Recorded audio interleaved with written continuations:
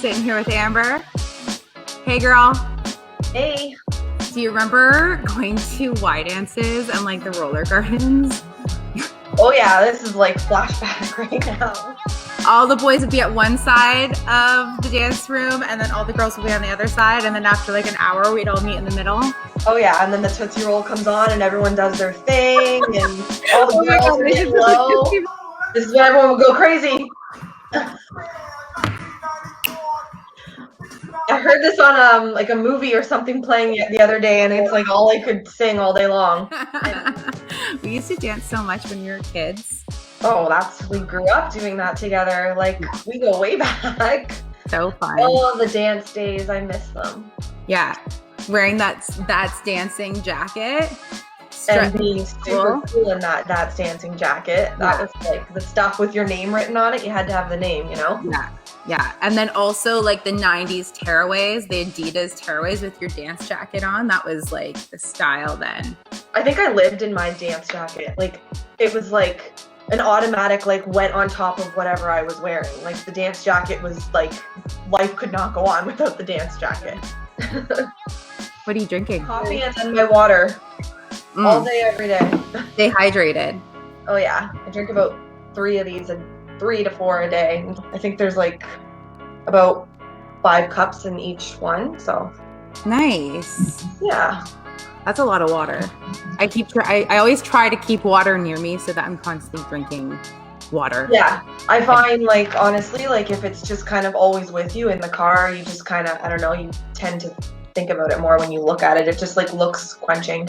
Yeah. And like I have this mason jar, so it's glass, and then this little top thing's from Goodness Me, and screw it on. And one time Kirsten came over and I tried giving her a glass of water out of a mason jar. And she was like, out of all the cups, this is what you give me? I'm like, well, Amber drinks out of the mason jar. I thought it was cool. All you can do is drink out of a mason jar. Yeah, that's what everybody does now. Okay, so I want to ask you, what's your favorite song and song or TV show or childhood toy or all together from the 90s? I just want to go back in time with you. Okay, childhood toy. I'll start with that because like right away, I think Barbie. Of course. I was a Barbie girl. I really was. Like huge imagination. And like I can still remember my storyline. Like, you know, I was like the girl with the boyfriend and the house and the cool car and yeah. That's how we like created our dreams was basically off of Barbie and her mansions and her castles. And we're like, this is what life is going to be like when we're adults. If you weren't in the Corvette, you were in the RV. And then, you know, it was just, it was all perfect per se. What's your favorite TV show? Sabrina the Teenage Witch, I think. Ooh, yes. I loved Sabrina. Describe your studio and how you got started at such a young age, because I remember being 15 and you doing our hair in your mom's laundry room and you had the whole setup. Like it was like a little studio in there and everybody would come and get their hair cut and their hair done by you. And then you blossomed into your own Amberlynn hair studio. Yeah, thank you. Thanks for supporting me all these years. Well, I guess, my studio's been several different things over the last like 15 plus years. And yeah, you're right. It did start in my mom's basement and then it was, in like random Lululemon bags when I traveled to my friends and did it in their kitchen. And now my studio,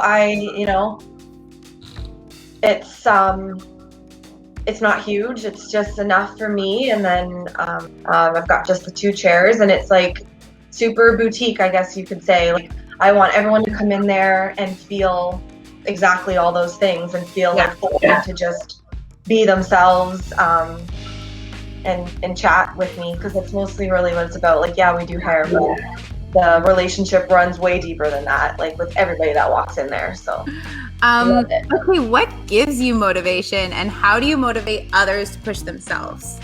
Because you are quite inspiring and motivating in all of your social media and also just having you as a friend, like that's just who you are. Where do you get it from?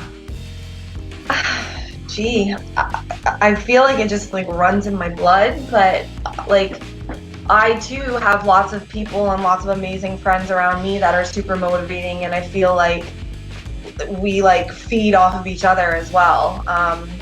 And my motivation, I break it down into chunks now. Like instead of getting overwhelmed and forcing myself to do things, I just kind of pick one little thing at a time, and like as you accomplish things, I guess it grows your motivation. How do you get people to kind of get outside of their fears and conquer them? We like to be real, keep it real, and ask good questions, because I think we all have it within. It's just sometimes you need somebody to ask you the right thing to help you pull it out yourself.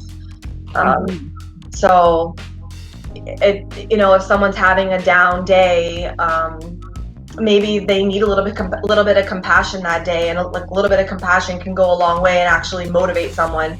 Yeah. I'm not really like someone who likes to military style yell over top of you. I like to get down on your level with you and talk you through it.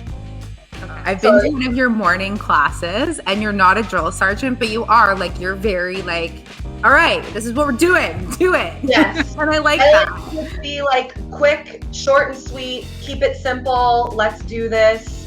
And give like time limits as well. I find giving like length of time too, like motivating someone to get through that last set. When you give them like, you've got 5 seconds left, or you give them like a number to hit, like let's do 2 more. We can do 2 more. Whereas if you're kind of just like, oh my God, like when is this going to end? When's the timer going off? And you just kind of leave them hanging and you're just yelling, that kind of gets daunting. Like when your doors open, how much notice do you need in advance to book appointments? Well, I usually say about 2 weeks in advance for booking appointments in general. And that's probably gonna pretty much stay the same. Once I can open my doors, I will kind of do whatever I gotta do to get everybody back in and kind of get back on track. Yeah. Most of the time on a normal basis, like before you leave from your last appointment, you book your next appointment.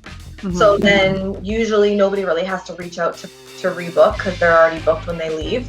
But I think the 2 week, maybe even 3, is a good general rule of thumb, just to kind of make sure you get the day that you want, or somewhat close to.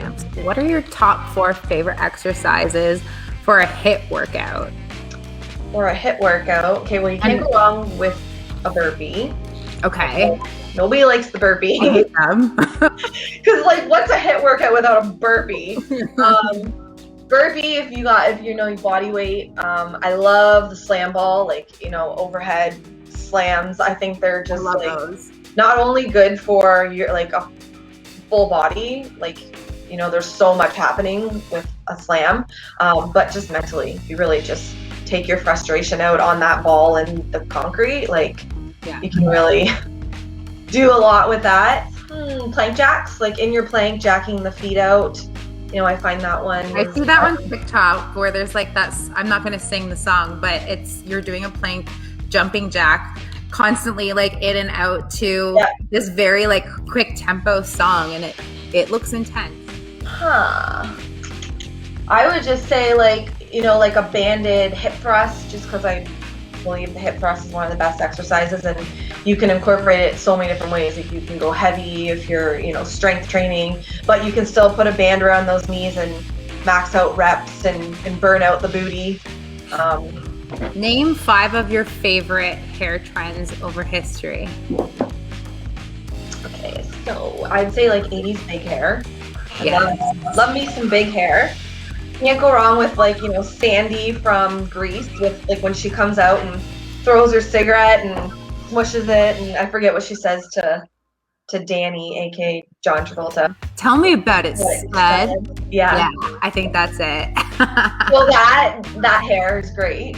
I'd say like the good old, like if we're gonna go into like bridal styles, like very soft and romantic, like low buns when it's just kind of very soft and is not anything what it looks like, but beachy hair. You can't go wrong with beachy hair. So easy. Just for some salt. Like, do you use salted like serums and stuff for beach waves? I have. Like I do find, you know, putting a little bit of something in the hair for texture helps.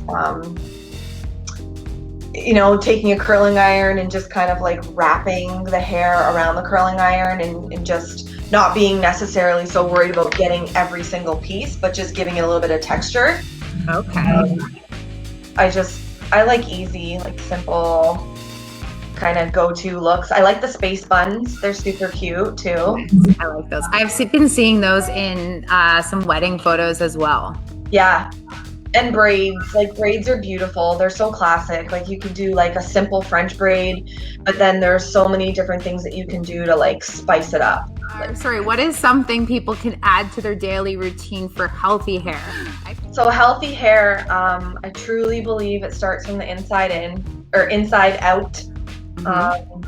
So it just like anything, our skin, our hair, it's a reflection of how we're doing inside. So my top thing for healthy hair would be like up your healthy fat intake, quality healthy fat. So you want to think like avocado, your good quality like oils, olive oil, avocado oil, coconut oil, nuts and seeds, hemp hearts, all your healthy fats. And healthy fats, if we're going to flip to fitness for a second and nutrition, they help expel bad fats. So they're not going to hurt you, they're going to help you. And fat is essential for our brains. We need to be getting those healthy fats. Not fats from like, you know, crappy oils and stuff like that. Like good quality healthy fat that's from like one ingredient. So, you know, take that avocado and eat it with eat it with an egg, you know, the yolk from the egg, all of that. And collagen, I find collagen is super, super helpful. That for me, I've noticed a huge difference. It's great for our hair, skin, and nails. And I actually just put like a scoop into my coffee in the morning and it blends right in. And I've had a lot of clients start taking that. What changes have you made in your business since the pandemic started? I'm sure there's been so many. Yeah, a lot.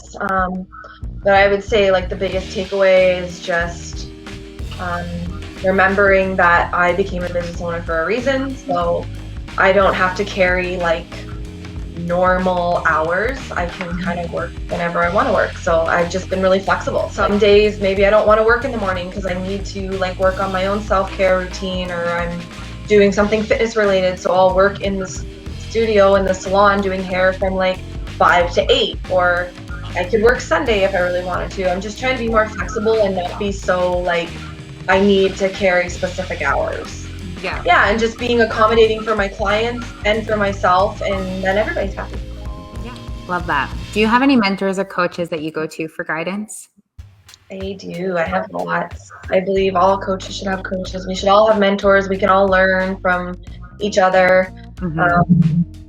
Like a lot of my friends are my mentors, and you know, we kind of feed off of each other and experiences. And just due to some stuff that's gone on in my personal life over the last couple of years, I definitely have a few women in my life now that have become like huge mentors. I work with an amazing therapist and a couple of different fitness coaches that I've worked with as well in my past that I still, you know, reach out to, or I know that I could reach out to. And I just like to stay connected. The first trainer I ever worked with, I don't think he understands how much he impacted my life. Like I think about him often. Like he changed my life. I'm just super grateful that you asked me to come on here. Like I get super nervous to create like this presence online, and I really, really want to. And there's a lot of negative self-talk up here, you know, and I'm just trying to keep it real. You know, it'd be really cool if you could show us live the next time we do this, a workout. I will do it on camera, and then maybe we can have people join us and do a workout with us. Let's do it.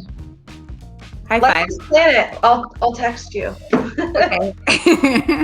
Okay, you know what? It was lovely talking to you, and I will see you soon after this lockdown is over, because my hair is getting pretty long. Sounds good.